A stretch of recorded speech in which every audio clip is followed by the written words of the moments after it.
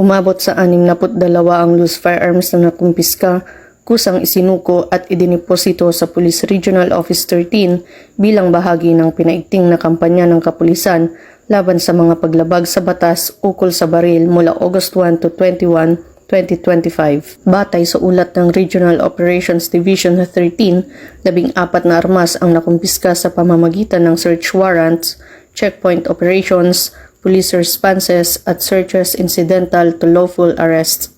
Samantala, 43 armas ang voluntaryong isinuko ng mga may-ari, habang 5 armas naman ang pansamantalang idiniposito sa kustudiya ng pulisya, habang hinihintay ang pag-renew ng firearm registration o license to own and possess firearm ng kanilang rehistradong may-ari.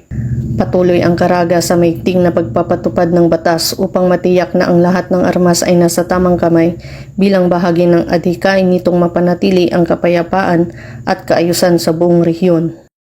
Mula dito sa Police Regional Office 13, ako ang inyong PNN correspondent, Patrolwoman Joanna Kawili, alagad ng batas, tagataguyod ng Balitang Pulis.